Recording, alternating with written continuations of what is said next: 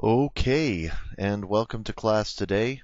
Remember that I am out and gone, which you probably figured out because of the substitute sitting in the corner or standing in front of you or whatever the substitute happens to be doing at the moment.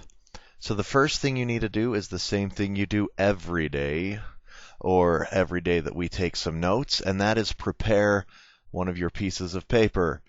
Remember, you need the box in the corner with today's key question. You need the line down the side and the line across the bottom. This is the most lopsided piece of paper ever, but that's the way it would work. So set that sucker up. This up here, under what circumstances did the U.S. enter the war? That goes in this box right here. Now, it's going to work best if you, Mr. or Mrs. Substitute, if you pause it and let the kids catch up. Make sure that they're writing down what they write down. They're going to need more time than they have as I'm just going through this. And of course, I don't know how long to pause because I'm not there. I'm in my basement. So go ahead and pause it. Let them get their notes set up.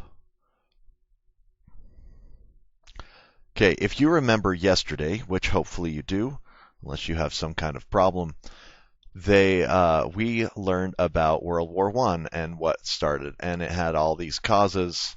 We learned about what each one means, and especially the Archduke Franz Ferdinand and how that led to the war. We learned how Germany decided to attack France, not by going along here, which was the direct route, but by going around through Belgium. We learned how that ticked Britain off, and so Britain declared war on Germany, and of course, lots of bad things happened. So today we're going to learn about the U.S. joining in and what happened with that.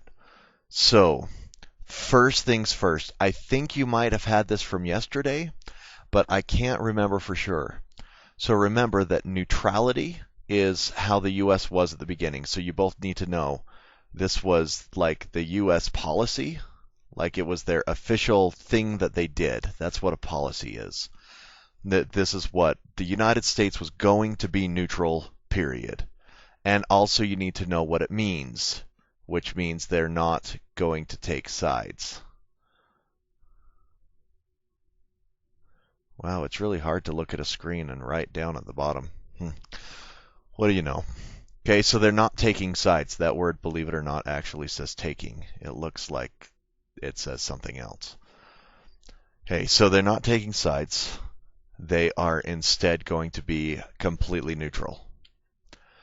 Now, the kind of warfare, and I know we did talk about this briefly yesterday, is trench warfare. Because remember, they used to line up like gentlemen. You know, I'm going to be over here, and your army's going to be over here. And we're going to say, well, righto, mate, I'm going to shoot at you now. And he's going to say, okay, I'll shoot back. And they, shoot at each other. But it's okay because neither one can aim any better than stormtroopers on Star Wars. So they miss a lot. It's not a big deal. But the thing is, this kind of warfare was developed in the 1600s. It worked really, really well in the 1700s. It worked okay, not great though, in the 1800s. Remember the American Civil War? Of course you don't remember, you weren't there, but you probably learned about it already, unless you have U.S. History 8 this term. That was in the 1860s. They started to have more modern weapons, and so more people died. And when more people die, of course, that's a bad thing. And so you have these guys who, well, let's just say that they can't fix everything. Now, I just have to remember how to erase all of my annotations. There we go. Okay, so we now have them lining up. You still see the lines coming down here. But so they're still trying to shoot at each other like gentlemen, but they acknowledge that because they have things like machine guns, they're not going to be able to just be standing in a field. As a matter of fact, the field is almost completely destroyed. It will have craters it will have razor wire or barbed wire, and it will have body parts. Lovely. They call this region no man's land, the space between the two different armies. And you see here, I don't know how well you can read it. I don't know what resolution we'll end up uploading this to an iPod on, but it's between 25 yards to a mile wide. Now, other people would come through. They would, here's like one of the access places. They'd come through so that they could bring messages. Adolf Hitler was one of those people who took messages. The generals, of course, would sit back in the back, all kinds of cozy. That is one huge and very flat general. But he'd sit there, he'd be like, okay, send them over the top. And then the trench runner would run up through the trenches, and they had to go up. If they didn't come up over the top, when they were ordered to, there was actually a guy who was assigned to shoot them. So you didn't have much choice. You could definitely die, or you could probably die. Which, isn't all that positive. So how did they get people to do it? Well, we'll talk about that tomorrow. For now, just know what no man's land is, know what trench warfare is, how they are fighting in the trenches, and know that this is really crappy. We might talk about this more later, too.